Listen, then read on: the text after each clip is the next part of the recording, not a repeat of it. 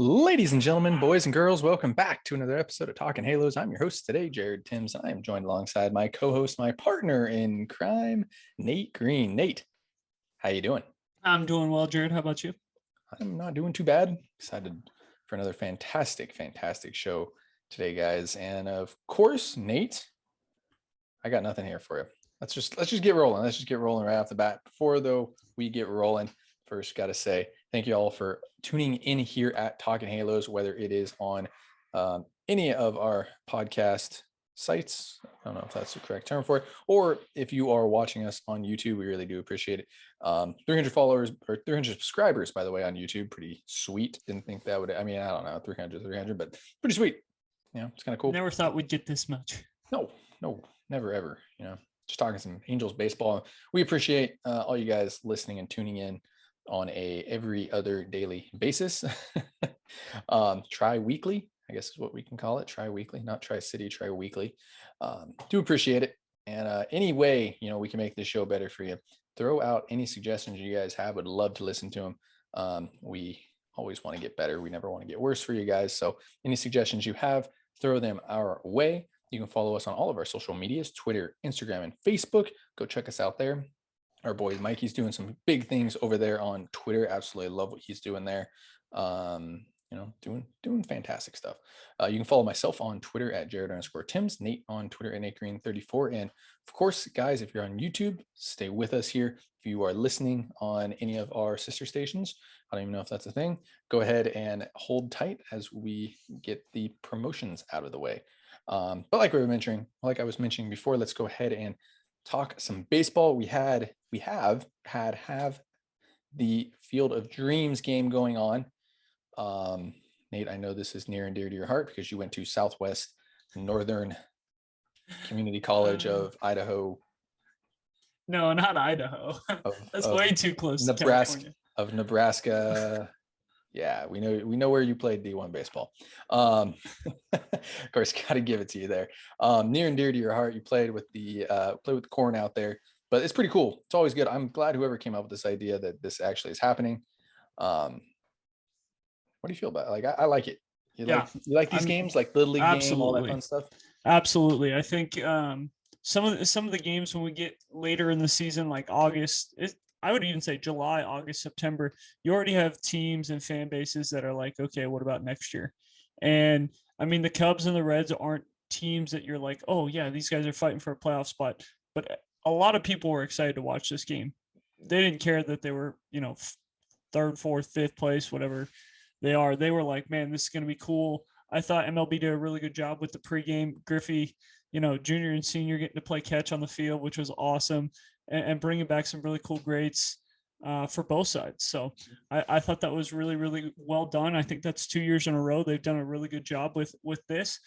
And I sent you an article today, which gave us some ideas of some other things that could be done.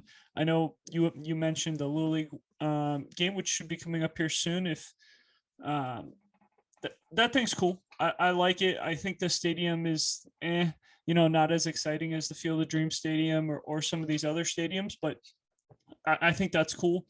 It even mentioned the College World Series as being one where they could play it right before the College World Series or right after the College World Series. I think that would be awesome too. And really, really happy that they mic'd up some guys tonight too, because I think that makes the broadcast that much more fun when they're able to mic these guys up. So I think MLB is starting to go in the right direction on some of these things, but I think that they could get better and continue to grow the game, whether that's adding some more games like this or adding some more mics to the field or whatever it is. But I'm really excited with the direction it's going. Mics underneath the bases, right? That's always the best one.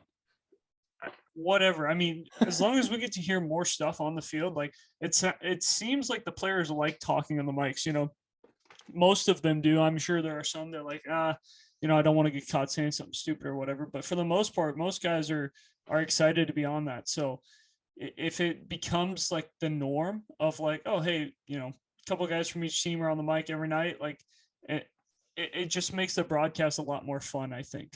And I think that people really get to hear what's going on in some of these players' heads. Like when we got to watch the All-Star game, we really got to hear Nestor Cortez and Jose Trevino go through about like, hey, why they're calling each pitch, what they're going through, and what they really want to do with each pitch. So I mean, Manoah's just showing his swagger on the mound was really cool, and just the excitement. So yeah, I think it really shows some of these players their abilities, but also it shows their personalities, which I think the game of baseball is missing. We're seeing, you know, some bat flips and things like that, but you know that it's becoming too normal, the bat flips, where it's like, okay, whatever, like everyone does a bat flip, no one's doing anything crazy. But like, I think the way that some of these guys think about the game and the way that they talk to each other, that could be something that fans really get behind. Yeah, absolutely. And again, I think we talk about this every time, but be more like the NFL. I think the NFL does a fantastic job of um, getting you to hear things on the field, especially. Like, I mean, the best thing that ever probably came out of that is Omaha, right? I mean, Yep. like Peyton Manning, Omaha, you know, like you hear it all the time. And I think again, like I think that I think that baseball should do a Hard Knocks. That'd be sick. Obviously, it wouldn't be called Hard Knocks, but you do it during spring training or something like that. Follow a couple guys around. I think that would be a fantastic idea. Just to kind of get a perspective on, you know, some of the big teams. Obviously, you follow around like the Yankees, you follow around certain teams like that. I don't think it ever gets as big as Hard Knocks, but I think that I mean there's definitely a market there, and I think a lot of people would really enjoy seeing that, especially since a lot of people don't get to make it out to spring training and limited stadium seating and all that fun stuff. So you can be right up with them. However, like it'd be cool to see what goes on behind the scenes and such like that. So, yeah, you mentioned the League World Series or Little League Classic. I think that's fantastic. I think they do a fantastic job there. This game, of course, is fantastic that they're doing tonight or yesterday, whenever you're listening to this. Playing overseas is huge. I saw that they were doing a home run derby. There's like Johnny Gomes and a bunch of other people Cool. that were doing a home run Adrian derby. Gonzalez, I think. Hmm. Yeah, there were a couple Over in guys that Giovanni Soto was one of them, I believe. yeah, So yeah, they had some fun with that. That was cool. over in the UK, which of course got to shout out our boys over there at LA Angels UK for doing a fantastic job. But yeah, you know it's really cool what they've been doing. I don't know if they could do anything more. You know, like I'm trying to like I've really been like thinking about this last couple hours since you sent me that article, and other than kind of what the Northwoods does with I don't know if anybody knows what Northwoods even is. The college baseball, they do a home run derby off into a lake, which is super sick. I think that would be really cool to see that. I don't know how that would play out in the MLB, but I think it would be really cool to see that. Um, so does actually down in Jamaica. They do that too. Trent DeVoe, former Angel prospect, was in it. Bo Bichette was in it. I think Bo Bichette won actually. They've done it where they hit it off into the ocean, which is really cool. But but yeah, you know, I can't think of anything else. Like hockey's done a really good job of it lately too. But they'll go out random spots and play. You know, like I think Yeah, they played up in Dodger Stadium a couple years played ago. Dodger Stadium, yeah, but they also played a random series in Tahoe. That's where it was. Oh, Lake Tahoe, yeah. yeah. Lake Tahoe was frozen and they played there, which is really cool. Um, so I don't know, you know, what the next thing is that they do, but I don't know. You got any ideas of what? I mean, I like the College World Series idea. I thought that'd be really cool. I think bring back the Hall of Fame game. They haven't had a game at the Hall of Fame in a long time. That would be also really fun, especially if there's a big name guy going into the Hall of Fame. You could kind of put that team playing in the game against, you know, another team that's well known or another team that guy's related to, or whatever it is, and you could really bring some fans to the Hall of Fame game, and then they can also see one of their favorite players inducted into the Hall of Fame. So I think there are a bunch of things. I know both of those ideas were in the article that I sent you, but I think that things like that are going to grow the game. I know the Angels played in Mexico not too long ago. The Cubs played in London. So Games played in Japan, games played, I think, yeah, down in the Dominican at some point, I think is where they yeah. were So played. just So being able to find some places are that doesn't hurt teams to go to, from a like logistical standpoint and things like that, but also that's going to make things fun for everyone else. Maybe a new stadium or a new place, like things like that. I think that could be really fun. Like even if they wanted to try out, like Nashville wants a team, why don't we have a game in Nashville with two teams that are kind of close and just see like what the atmosphere is like, what the crowd could be like, and maybe it can make more sense. The MLB could be like, wow, there are 40,000 people here tonight. We should really expand and make sure there's 32 teams earlier than later. Yeah, I mean the Angels played in Salt Lake one year. They played against the Bees. Or they were going to, I think. I don't think it ever happened. Might have been the COVID year or something like that. But yeah, the Angels were supposed to play in Salt Lake, which I think would like be really cool.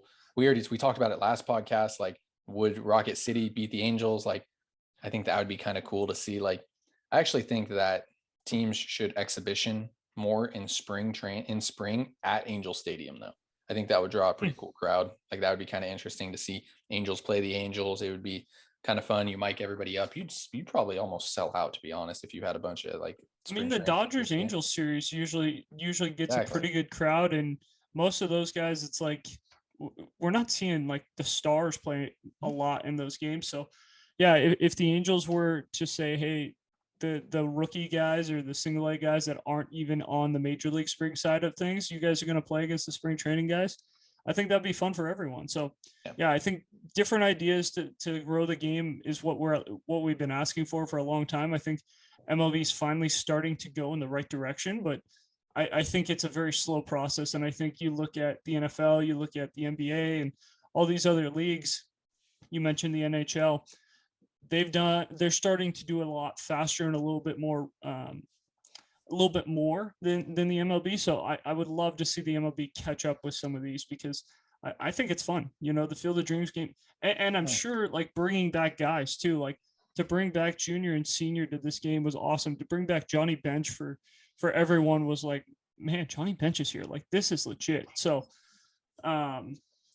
yeah, I definitely think that this would be really, really cool. The more, and even if you're going to like another country, let's say you go to London, let's say you go to Mexico, and you put, whoever it is against each other, you bring two or three of the former stars and say, hey, go with them and be on the field pregame and sign some autographs and just hang out, whatever it is. But the game of baseball needs some more attention. Yeah, and to throw this out there as well, I know the Dodgers play the Angels at Coliseum a couple years ago. Yes, I believe that was cool. But I know the stadium's weird, but like it's always cool to see that. It was like, super weird small. looking stadium, and like it brings up an idea of like they should totally recreate Polo Grounds. They should totally recreate like some of the old stadiums, and I think that'd be really cool to see that play. I don't know how they would ever do that, but I mean, you made big league dream, or not big league dreams, but that's what I'm thinking. That's what I was thinking. Yeah, big league dreams. Those are fun to play at. I don't know if that could ever happen, but like it'd be cool to see modern day players play at like Polo Grounds in particular, because I know that everybody loves playing that on the show, and that's like the marquee spot. So yeah, it's very interesting to think about. And of course, I mean, any of you guys have ideas, go ahead. If you're on YouTube, drop them below. Like, I'm intrigued to know if anybody has ideas. And I mean, hey, I know that there might be some people from the Angels listening, to be honest. Like, you never know. So drop them in the comments. I'd be very intrigued to listen to them and read them. So let's move on to a little bits of Angels talk here, because of course, we're an Angels podcast. We probably want to talk about it a little bit. Kind of interesting. Our boy Mikey, we got to get him on, man. Like he's killing it there on Twitter. I'll pull up his Twitter so you guys can all follow. Everybody can follow him. But yeah, our boy Mikey's just crushing it. He brought it up this morning to me that he saw a little bit of a swing change with Brandon Marsh already in Philly. I was like, I'll go check it out. Sure enough, Nate. Look what the Phillies are doing already. Swing changes, not a swing change necessarily, but a stance change, a little bit of a timing change for sure, which I know is huge in the Angels organization. We mentioned this with a lot of Angels prospects. It's a huge timing thing. I think that's one of the biggest issues that a lot of, I think, Angels prospects have had is a timing thing. But yeah, a lot of big swings. They have a lot of big swings trying to hit the ball out of the yard, and not a lot of bodies built to hit the ball out of the yard. Yeah. So looking at Brandon Marsh's swing, and you can go check it out on my Twitter, Jared_Timms, just posted a little while ago. You can also check it out on Talking Halos. Mikey was on there showing it off a little bit more. But yeah, you can tell right away as I'm continuing to watch this, there's no double tap in the front foot, which is a timing thing for sure. And that's something that, Angels prospects again have had a problem with starting. I mean, with Joe Adele, we know there's been a timing issue there. And another thing that I noticed, and it's a little bit different, is he's quieter. And that's a big thing for us as well, that we talk about a lot. And by the way, if you're looking to follow Mikey, it's Monary Mo. Monary Mo? Mon. Let's go with that. Sorry, Mikey, if I mispronounced that. But yeah, go give him a follow. He's doing great stuff for us.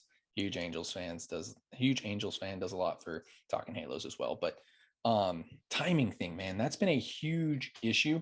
And the fact that Brandon Marsh is getting so many changes done now in Philly, not so many, but there's going to be quite a bit. There will be moving forward, because is it Kevin Long there? Kevin Long is there. Yeah, he's fantastic. Kevin Long, one of the best hitting coaches in baseball. So first thing, by the way, when we went out to Inland Empire, that's some of the stuff that we noticed was a lot of people are behind, right?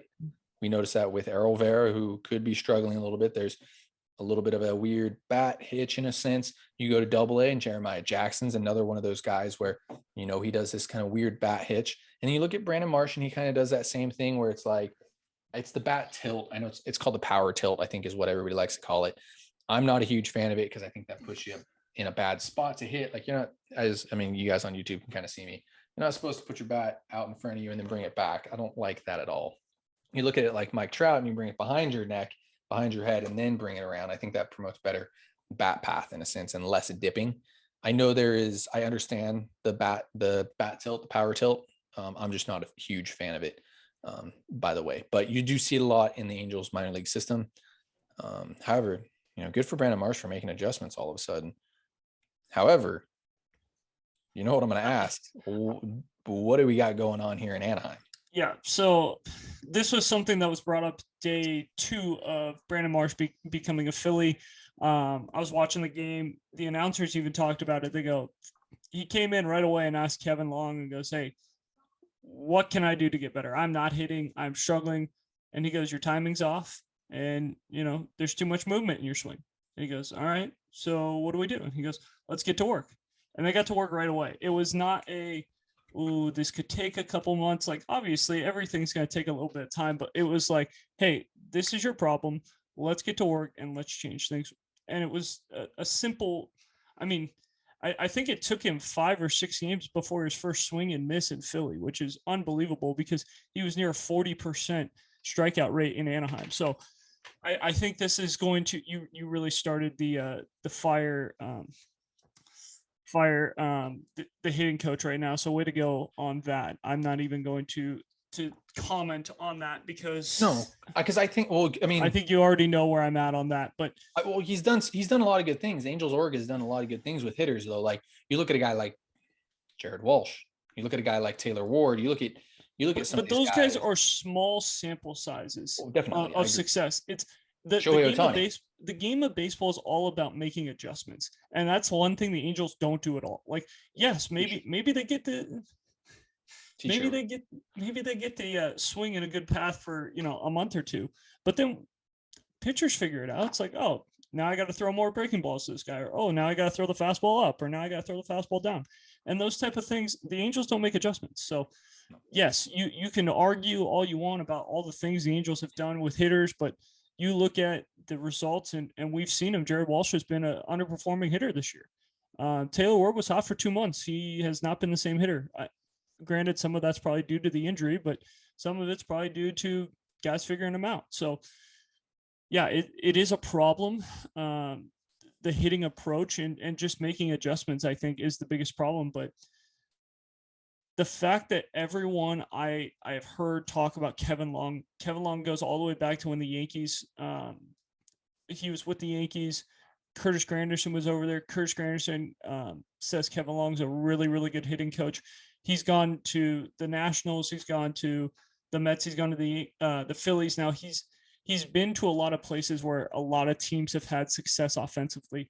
And so it's odd that you hear a lot of other teams having success with their coaching staff, and you're not hearing that with the Angels. Like, maybe you hear about it. Oh, the Angels are having success for a month. Maybe they're having success for a week or two or whatever it is. But you're not hearing. I remember, a couple years ago when the Pirates pitching coach was the hot guy in baseball. It was like, oh, if you want to revamp your career, go to Pittsburgh. He will teach you a couple things, and you will be a new pitcher. Or Kevin Long was that way when he was with the Yankees. It was like, hey, go to the Yankees. He will change your swing. It will take a little bit, like not too long, and you'll break again. Or even the Indians were that way too with the pitching. It was like, oh, just go to Cleveland. You'll figure it out. Ubaldo Jimenez, like he went from being to, oh my gosh, he's back. So it's funny how you look at these coaches and these coaching staffs, and a lot of them have one dude, at least one dude on the staff that is like the guy.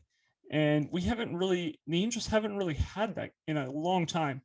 I would say that 2002, 2003, when the Angels had the staff, that was when it was good. That's when guys were, Buddy Black was the pitching coach, and everyone was like, oh yeah, Buddy knows what he's talking about. He's going to get you right. Or, all these guys, whether it was Soch or Alfredo Griffin, whatever it was.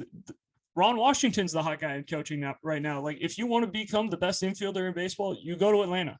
He will teach you how to be the best infielder in baseball. So it's just funny how all these teams have that and the Angels don't. So yes, I think it is a problem. I think it's a problem that Brandon Marsh knew he needed help. And first day, he's asking Kevin Long, and Kevin Long probably has seen some video, but he's got 20 guys in his org that he's really focused on, and he goes, yeah, so this is your problem. That probably took him 20 to 30 minutes to diagnose and figure out how to fix. And we've had this problem for 2 years. Well, you've had this problem for a while, and I just meant for Brandon Marsh, but yeah. Yeah, you've had this problem. You've had this problem for a while, and this is kind of where you bring things full circle in a sense, and you say, why is this constantly happening? Right? New GM, new staff behind him. Why is player development not working? I love what the Angels have done player development wise, by the way. I think they've done a very good job on the pitching side of things. I think we've seen a step up on the offensive side of things, which has been fantastic. Now it's staying consistent with that and producing good young talent as well. Depth, like we mentioned last time. The biggest thing that is the biggest issue right now with the Angels in general, and I don't like to say it because I don't want to get in trouble, Artie Moreno not paying people. It comes down to that at the end of the day. And like I said, I'm going to be blunt and honest with it. If Artie Moreno and not even staff, if Artie was to go out there and pay the coaches the top dollar, and you guys are going to counter this and say Joe Madden got the top dollar, Joe Madden was probably a pretty decent guy if you put a solid staff around him, including down below, way below him as well. You're able to develop guys, right? And part of the reason they brought Joe in was just so Artie could try and bring back some of that 2002 magic. It had nothing to do with like, oh, we want the best guy for the job. Like, yeah, Joe's a good guy, good manager, but Joe might have been the best guy for the job. Might have. I said. The only reason I would disagree with that is because I think Joe's a young team manager. I think he works really well with the young kids and those kind of teams. That's why he's had success when he was with Tampa Bay and Chicago. I think he would have been the perfect manager for the Padres, honestly. But not that Joe was not a good manager or whatever you want to say. I just think that it had nothing to do with, is Joe the right fit or is he the right guy? It was, hey, we have not been good in a long time. I've got to do whatever I can to get this 2002 World Series magic back. So I'm going to bring Joe in. Joe, what's the number? And Joe was like, here's my number. And he goes, great. I'll give you all the money and everyone else will just have to settle for the minimum. It's the big name. It comes back down to being the big name, which what Artie loves, and Madden is fantastic in general. Like I said, I had nothing wrong with the Joe Madden hire. It comes down to, and again, I don't like saying this because I don't want to get in trouble, but the Angels didn't have a pro scout at a baseball game last year. Pause for dramatic effect. The Angels didn't have a pro scout. There was never a pro scout at a minor league game. There was never a scout at a major league game. There could have been some guys, but the Angels didn't have any scouts. That's not good.